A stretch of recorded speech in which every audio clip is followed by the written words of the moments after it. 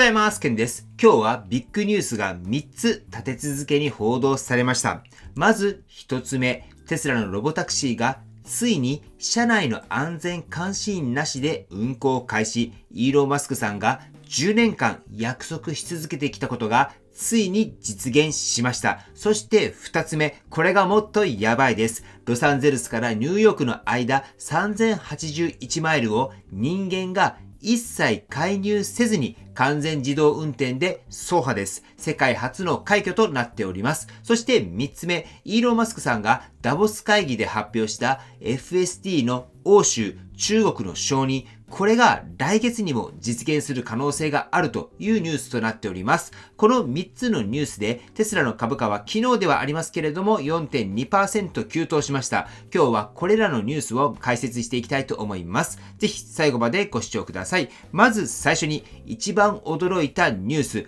ロサンゼルスとニューヨークの完全自動運転走行、こちらから見ていきましょう。これを実現したのはアレックス・ロイさんという自動車ジャーナリストと独立した自律走行専門家のチームです。彼らは2024年型のテスラのモデル S を使ってロサンゼルスからニューヨークまで3081マイル、約4957キロを走りました。で、ここからがすごいんですけれども、人間の介入がゼロなんです。58時間22分かけて走ったんですけれども、途中で充電時間が10時間11分あって、実際の走行時間は48時間くらいです。平均時速は時速64マイル、約103キロとなっております。アレックス・ロイさんの投稿を読むと、この走行めちゃくちゃ過酷だったようです。冬の最悪の天候で実施でしたと書いてありまして、極寒、雪、氷、スラッシュ、雨、全部経験したそうです。で、使ったのが FSD の 14.2.2.3 というバージョン。これがゲームチェンジャーだと言っています。面白いのがアレックス・ロイさんがこう言われているんです。イーロン・マスクさんは正しかった。自律走行車が成熟すればほとんどの人間の介入はエラーである。実際どういったことかと言いますと、この旅の途中で人間がミスをして大幅に時間ロスをしたようです。例えばチームの一人が休憩所でトイレに行っている間に FSD の解除、これをし忘れて車が発進しちゃったんです。それで置き去りにされたメンバーを拾うために90分かけて引き返さなきゃいけなかった。他にも天候や道路状況の判断ミスで遠回りをしたり、人間の判断で何時間も何百マイルも余計に走ったとアレックス・ロイさん自身が認めているんです。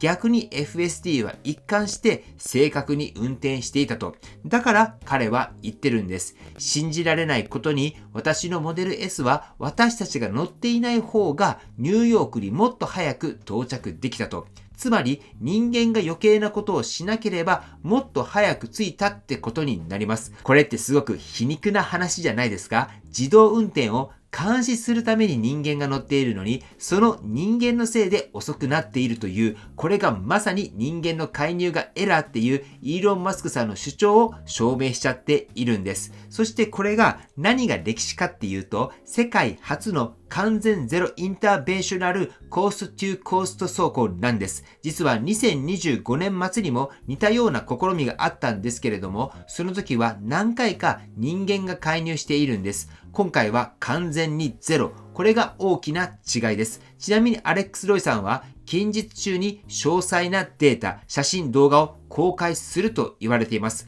これは絶対チェックしたいところじゃないかなと思います。そしてこれに関してはザ・ドライブっていうメディアが独占記事として詳細レポートを準備しているようなので、こちらも要注目じゃないかなと思います。これを僕は聞いた時にふと思ったんです。僕のモデル Y はハードウェア3なんですよね。そして今週のテーマはハードウェア3でも FSD を実現させるっていう話題があったと思うんです。なので僕自身もこれを聞いて、僕は福岡にいるので、福福岡から鹿児島の端まで FST ですね。それもハードウェア3の FST で完全自動で走行できるかどうかっていうのをね、ちょっと今試してみたいなとふと思っております。そしてイーロン・マスクさんもこちらには反応しました。ただ一言でクールと言ってるだけですけれども、イーロン・マスクさん本人が認めたということになります。では次に行きます。次はロボタクシーの無人運転化について見ていきます。2026年1月22日、イーロン・マスクさんが X でこう投稿しました。オースティンでテスラのロボタクシーが車内の安全監視員なしで運行を開始したと。これ10年間の約束が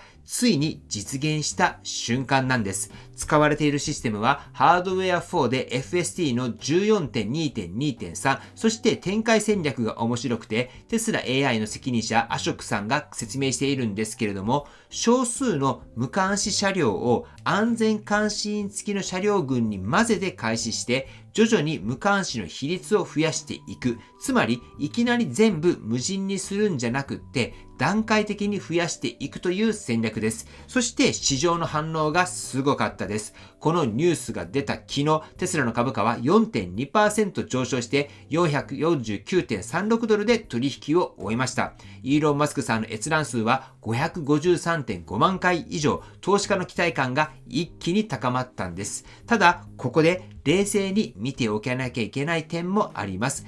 エレクトレックというメディアが指摘しているんですけれども、これは完全な無人運転じゃなくって、安全監視員が車内から追従車両に移っただけ、つまり後ろから別の車で監視しているんです。完全に人間がいないわけじゃないっていうこと、これはね、重要なポイントです。それと、イーロン・マスクさんは過去に期限を守れなかったケースが何回もあります。なので、2026年末までにアメリカ全土に展開とは言っていますけれども、これも慎重に見ていく必要があります。そして、規制の問題ですね。各州で自動運転に関する法律が違いますので、オースティンで成功したからといって、すぐに他の州でできるわけではないです。このあたりの課題っていうのも当然残っています。でも、10年越しの約束、これが形になってきたのは間違いないです。これは素直にすごいと思います。では最後に FST の国際展開について見ていきましょう。2026年1月22日、世界経済フォーラム、いわゆるダボス会議でイーロン・マスクさんが重要な発表をしました。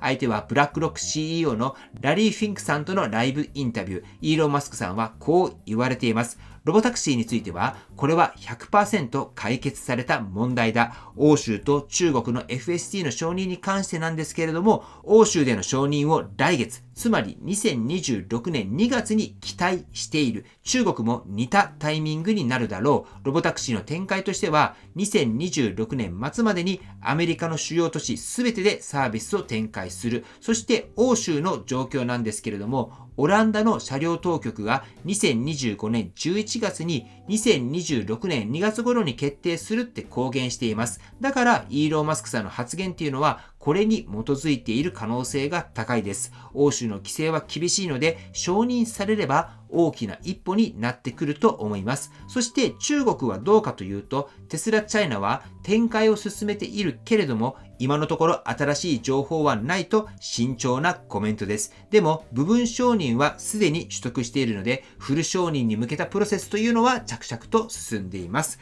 これが実現するとテスラにとってめちゃくちゃ大きいんです。今テスラは車両販売が鈍化しています。成長が止まってきているとも言われています。で、次の成長戦略がソフトウェア収益なんです。つまり FST のサブスクリプションです。グローバルで展開できれば収益源が一気に多様化します。そしてイーロン・マスクさんはオプティマス、ヒューマノイドロボットについても言及していて、今年末までに意味のあるタスクをあらゆる場所で実行できるようになる。2027年には誰もが欲しがる消費者製品になると言われています。テスラの未来はロボタクシーだけじゃなくってロボットにも確実に広がっていくということになります。ただしこれも注意点がありまして、イーロン・マスクさんの発言っていうのはあくまで期待値であって確定ではない。ここはね、しっかりと押さえておいた方がいいです。規制当局の最終判断待ちでもありますし、政治的要因で変更される可能性っていうのも当然あります。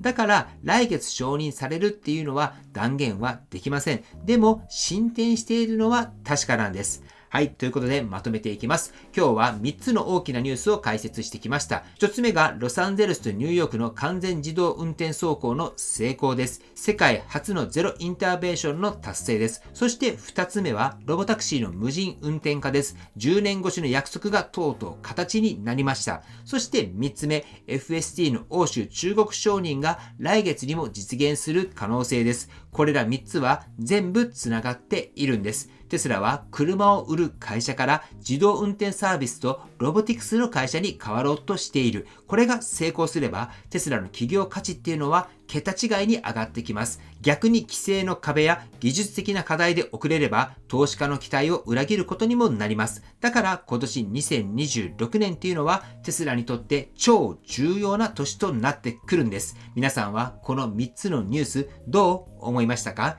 テスラの完全自動運転信用できると思いますか？それともまだ早いと思いますか？ぜひそのあたりコメントで教えていただければと思います。はい、ということで本日の内容は以上です。今日のこの動画が役に立ったと思ったらぜひ高評価とチャンネル登録の方もよろしくお願いいたします。テスラの最新情報はこれからも随時アップしておくのでぜひね今後ともよろしくお願いいたします。はい、では最後に追伸です。皆さん車での移動中や充電ステーションでの待ち時間、ネット環境ってどうしていますか？スマホのテザリングだとバッテリーも減るしギガも気になりますよね。そこで最近僕が注目しているのがモビリティ Wi-Fi、Mobify というサービスです。これ何がすごいのかっていうと、ドコモ、au、ソフトバンク、楽天、この4つの回線を自動で切り替えてくれるんです。つまり走っている場所に合わせてその時一番強い電波を勝手に掴んでくれるんです。しかもデータ容量は1日 33GB、月換算で約 990GB 使えます。実質使い放題みたいなものです。これで月額で税込み4180円です。しかも端末代も初期費用も0円です。車移動が多い方や車内で動画をガンガン見たい方にはかなり合理的な選択肢だと思います。当然テスラのアップデートでそういったことにも対応してくると思いますので、今テスラの OTA でアップデートするとき Wi-Fi が困っているんだよと言われている方もこれさえあれば簡単にすることができます。さらにですね、車専用の固定式ではなくって持ち運びができるバッテリー内蔵型なので車から降りてカフェで作業するときにも使えたりします。これからのカーライフをアップデートしたいと言われる方は概要欄にモビリティ Wi-Fi Mobify のリンクこちら置いていますのでチェックされてみてください。はい、ということで本日も最後までご視聴していただきありがとうございます。素敵な一日をお過ごしください。ではまた。